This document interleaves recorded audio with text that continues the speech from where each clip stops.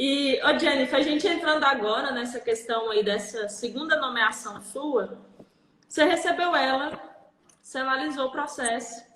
E o que foi que você viu lá que te fez falar, cara, pelo valor da justiça gratuita, eu não vou conseguir fazer. Eu vou precisar cobrar mais, vou precisar solicitar uma majoração aí para que eu consiga fazer o trabalho. Como é que foi que você analisou? Então, quando eu peguei o processo, eu analisei. Eu vi, inicialmente, a gente já vê que o processo são vários arquivos, né? Então, a gente foi analisando, e principalmente a parte dos quesitos, né? Que são as perguntas que a gente deve responder na hora de elaborar esse laudo e tudo que for.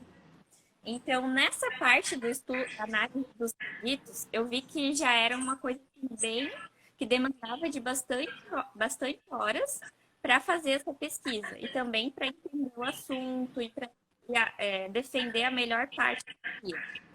Uhum. Então, nessa parte ali eu vi, olha, nesse caso, eu não vou precisar. O bom é que eu não precisaria de ninguém além de mim, né?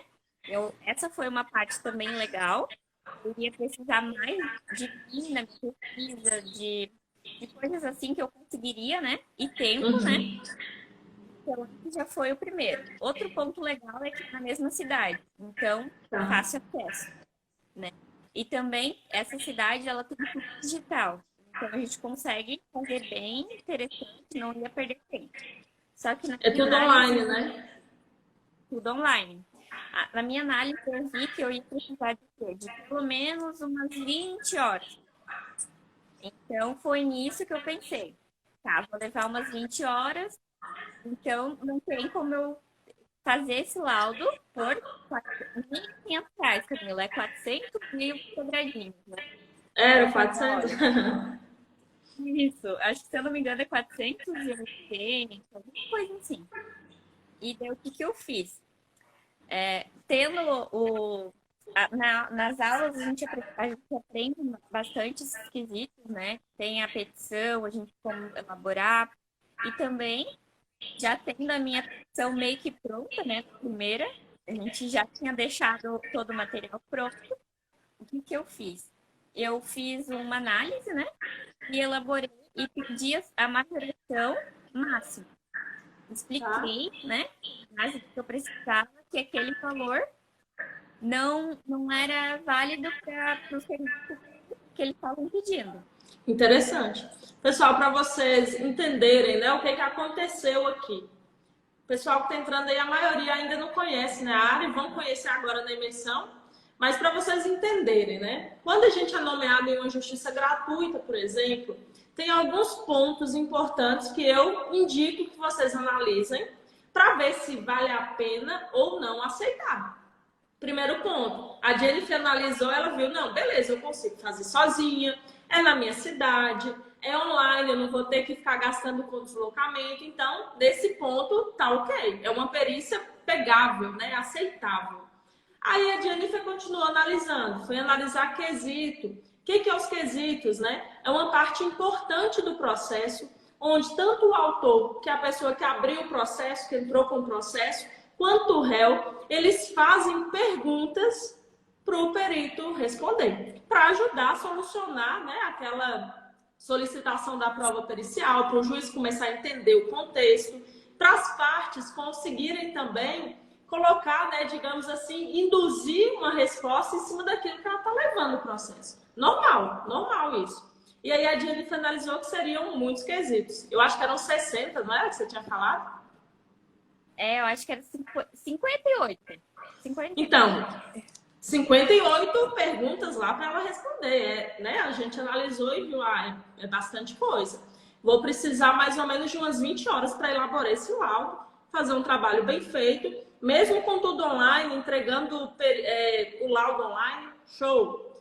O que a Jennifer fez? Jennifer é aluna da mentoria. Ela sabia que existe lá no CNJ, né, uma resolução que fala: juiz pode majorar em até 5 vezes os honorários tabelados, desde que de forma fundamentada. O que é isso? O perito analisou, viu lá, olha, por R$ 500 não tem como fazer essa perícia.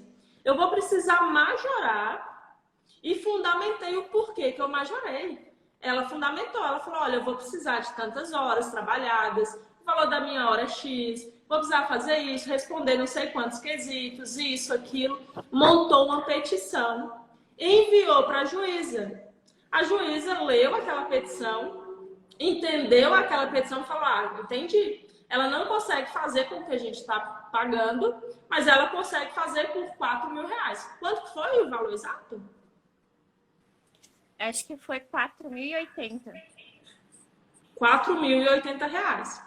Juíza leu, juíza deu o ok dela. Ela aceitou, ela passou para frente, deu o ok, ela deu o ok dela. Show.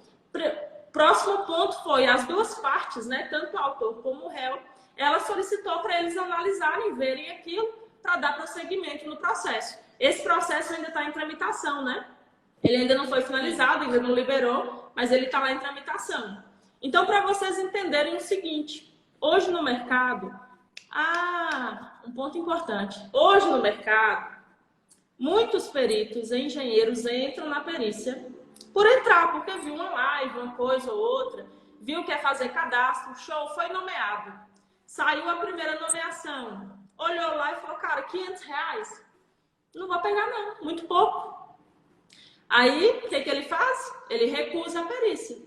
Ele recusou. E hoje, você recusar uma perícia da justiça gratuita é um tiro no pé. Aconteceu isso nesse processo. Não tinha?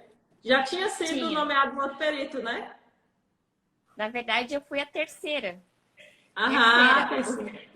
Não, eles, assim, na verdade, eles foram nomeados e de cara eles já mandaram a petição dizendo que, dando, né, o parecer deles, mas falando que não seria, que estavam recusando. E por que ele recusou? Lá acho que ele falou, não foi? Negócio financeiro, por questão de tempo. Isso, primeiro ele falou que um deles falou que por causa da demanda era muito serviço e que ele não podia naquele momento realizar. E o outro falou que, né, que de acordo com a quantidade de trabalho e pelo valor ele também não poderia. Show. Pessoal, olha só. O que eu mais vejo por aí é, Camila, eu fiz meu cadastro, mas eu ainda não fui nomeado. Às vezes tem tempo que a pessoa fez cadastro e não foi nomeado. E aí acontece lá, surge, recebeu a primeira nomeação, a pessoa analisa e ela recusa. Porque, né, ela, R$ 500 não vai pagar, vai ter que gastar muito tempo, isso, aquilo. Ela recusou. Foi para o segundo, recusou. Eles recusaram pelo simples objetivo, por uma simples questão. Elas não sabiam que poderiam majorar aqueles valores. Camila, o que é majoração? Gente, majoração é como se fosse um aumento, multiplicação, digamos assim. Então, o laudo, a perícia que foi nomeada, foi tabelada lá, R$ 430, eu acho, 430. O primeiro olhou e falou, cara, 430 eu não consigo fazer. Beleza, nomeou o segundo perito. Por 430 eu não consigo fazer. Recusou também. Veio a Jennifer. A Jennifer poderia, se fosse uma engenheira, perita, entrou lá, né? Não sabia muito bem o que estava fazendo. Não, vou recusar. Eles recusaram. Então, né? Recusou, vou recusar também. Só que a Jennifer, ela sabia de um negócio fundamental na perícia judicial. CNJ tem uma resolução que traz a majoração. Você, perito, pode solicitar a majoração para o juiz e fundamentar aquilo. A Jennifer foi lá e fez essa fundamentação e mostrou para a juíza por que por R$ 500 não dava para fazer, R$ 430. E aí ela cobrou 4.080. Pelo simples fato dela saber que existe uma resolução sobre isso. No CNJ, que é o Conselho Nacional de Justiça. Enquanto nós, engenheiros, né, a gente não sabe disso, porque ninguém fala. Então, Jennifer, se você não tivesse estudado sobre perícia judicial, primeiro, você teria entrado nessa área desse jeito? Olha, eu acredito que não. E foi assim uma coisa tão espontânea, sabe? Que a gente, na verdade, na faculdade, a gente não aprende, eu não aprendi nada de laudo. Eu lembro que talvez eu passou alguma coisa de patologia, sabe? Um laudo de patologia, alguma coisa assim. Mas, no geral, assim, a gente não tem nenhuma matéria que explica sobre a perícia, sobre a parte de elaboração do laudo.